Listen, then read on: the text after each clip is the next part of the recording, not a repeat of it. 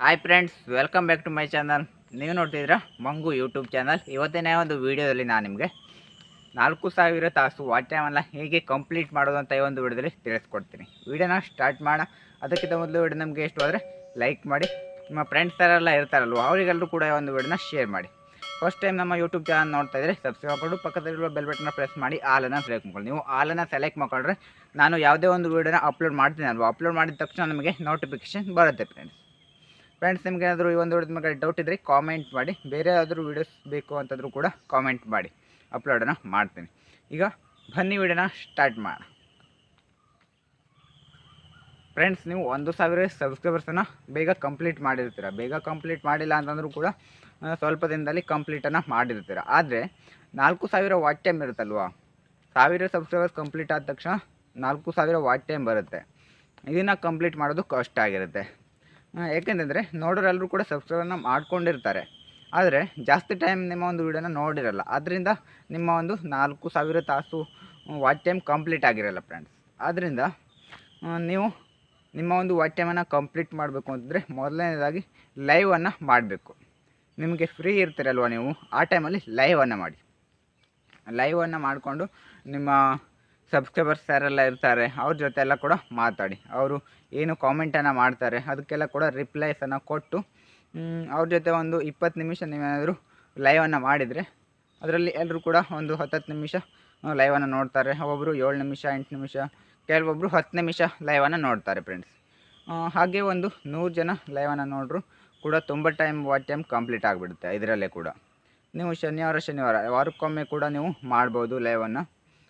Daily ನೀವು ಏನಾದರೂ ಲೈವನ್ನು ಮಾಡ್ತೀರ ಅಂತಂದರೆ ಯಾರು ಕೂಡ ನೋಡೋಲ್ಲ, ಕಡಿಮೆ ಜನ ಲೈವನ್ನು ನೋಡ್ತಾರೆ. ಅದರಿಂದ ವಾರಕ್ಕೊಮ್ಮೆ ಆದರೂ ಕೂಡ ಲೈವನ್ನು ಮಾಡಿ, ನಿಮಗೇನಾದರೂ ವಾಚ್ ಟೈಮ್ ಅಗತ್ಯತೆ ಇದೆ ಅಂತಂದರೆ. ಹಾಗೆ ನಿಮಗೆ ಸಬ್ಸ್ಕ್ರೈಬರ್ಸ್ ಕೂಡ ಬರ್ತಾರೆ ಲೈವನ್ನು ಮಾಡೋದ್ರಿಂದ. ಹಾಗೆ ನೀವು ಥಂಬ್ನೇಲನ್ನು ಕರೆಕ್ಟಾಗಿ ಹಾಕಬೇಕಾಗುತ್ತೆ ಎಡಿಟ್ ಮಾಡಿಕೊಂಡು. ಇದರಿಂದ ವ್ಯೂಸ್ ಜಾಸ್ತಿ ಬರುತ್ತೆ, ವ್ಯೂಸಿಂದ ನಿಮಗೆ ವಾಚ್ ಟೈಮ್ ಕೂಡ ಬರುತ್ತೆ ಫ್ರೆಂಡ್ಸ್. ಥಂಬ್ನೇಲನ್ನು ನೀವು ಕರೆಕ್ಟಾಗಿ ಹಾಕಿದ್ರೆ ಕ್ಲಿಕ್ ಬೇಗ ಆಗುತ್ತೆ ಫ್ರೆಂಡ್ಸ್. ನಿಮಗೆ ಯಾವುದೇ ಒಂದು ವೀಡಿಯೋಸನ್ನು ಆಡಿಯನ್ಸ್ಗಳು ನಿಮ್ಮ ಒಂದು ವೀಡಿಯೋ ನೋಡಬೇಕು ಅಂತಂದರೆ ವೀಡಿಯೋನ ಕ್ಲಿಕ್ ಮಾಡಬೇಕು. ಕ್ಲಿಕ್ ಮಾಡಿದ ತಕ್ಷಣ ನಿಮಗೆ ವಾಚ್ ಟೈಮ್ ಬರುತ್ತೆ. ಅವರು ಎಷ್ಟು ಟೈಮ್ ನೋಡ್ತಾರೆ ಅಷ್ಟು ವಾಚ್ ಟೈಮ್ ಬರುತ್ತೆ ಫ್ರೆಂಡ್ಸ್. ಆದ್ದರಿಂದ ಥಂಬ್ನೇಲನ್ನು ಕರೆಕ್ಟಾಗಿ ಹಾಕಿ. ನೆಕ್ಸ್ಟ್ ಏನು ಅಂತಂದರೆ, ನೀವು ವೀಡಿಯೋಸನ್ನು ಒಳ್ಳೆ ರೀತಿಯಲ್ಲಿ ಮಾಡಿ, ಹಾಗೆ ಅವರಿಗೆ ಯೂಸ್ಫುಲ್ ಆಗಿರುವಂಥ ವೀಡಿಯೋಸನ್ನು ಮಾಡಿ. ಇದರಿಂದ ಜಾಸ್ತಿ ಜನ ನೋಡ್ತಾರೆ, ಜಾಸ್ತಿ ಟೈಮ್ ನೋಡ್ತಾರೆ. ಕ್ವಾಲಿಟಿ ಒಳ್ಳೆಯದಿರಲಿ, ಕ್ವಾಲಿಟಿ ಒಳ್ಳೆಯದಿದ್ದರೂ ಕೂಡ ಜಾಸ್ತಿ ಟೈಮ್ ನೋಡ್ತಾರೆ ಫ್ರೆಂಡ್ಸ್. ಹಾಗೆ ನೀವು ಕರೆಕ್ಟಾದ ಟೈಮಿಗೆ ವೀಡಿಯೋಸನ್ನು ಅಪ್ಲೋಡ್ ಮಾಡಿ. ಕೆಲವೊಬ್ಬರು ನೋಡಬೇಕು ಅಂತಿದ್ದರು ಯಾವ ಟೈಮಿಗೆ ವೀಡಿಯೋಸನ್ನು ಮಾಡಿದ್ರು ನೋಡ್ತಾರೆ. ಕೆಲವೊಬ್ಬರು ನೋಡಬಾರ್ದು ಅಂತ ಇರ್ತಾರಲ್ವ, ಅವರಿಗೆ ನೀವು ಕರೆಕ್ಟಾದ ಟೈಮಲ್ಲಿ ವೀಡಿಯೋ ಏನಾದರೂ ಸಿಕ್ಕಿದ್ರೆ ನೋಡಿಬಿಡ್ತಾರೆ. ಕೆಲವೊಬ್ಬರಿಗೆ ಸ್ಕೂಲಿಗೆ ಹೋಗ್ತಾರೆ, ಕೆಲವೊಬ್ಬರು ಆಫೀಸಿಗೆ ಹೋಗ್ತಾರೆ, ಅವರಿಗೆಲ್ಲ ನೋಡೋಕ್ಕಾಗಲ್ಲ ನೀವು ಹಾಕಿರುವಂಥ ಟೈಮಲ್ಲಿ. ಅದರಿಂದ ಯಾವ ಟೈಮಲ್ಲಿ ವ್ಯೂಸ್ ಜಾಸ್ತಿ ಬರುತ್ತಲ್ವ ಆ ಒಂದು ಟೈಮಲ್ಲಿ ನೀವು ವೀಡಿಯೋಸನ್ನು ಅಪ್ಲೋಡ್ ಮಾಡಿ. ಆಗ ಜಾಸ್ತಿ ಜನ ನಿಮ್ಮ ಒಂದು ವೀಡಿಯೋಸನ್ನು ನೋಡ್ತಾರೆ ಫ್ರೆಂಡ್ಸ್. ಹಾಗೆ ಫ್ರೆಂಡ್ಸ್, ನೀವು ಟೈಟಲ್ಲು, ಡಿಸ್ಕ್ರಿಪ್ಷನು, ಟ್ಯಾಗ್ಸು, ಪ್ಲೇಲಿಸ್ಟ್ ಎಲ್ಲ ಕೂಡ ಕರೆಕ್ಟಾಗಿ ಮೇಂಟೈನ್ ಮಾಡ್ಕೊಂಡು ಹೋಗಿ. ಪ್ಲೇಲಿಸ್ಟನ್ನು ಕೂಡ ಮಾಡ್ಕೊಳ್ಳಿ ಫ್ರೆಂಡ್ಸ್.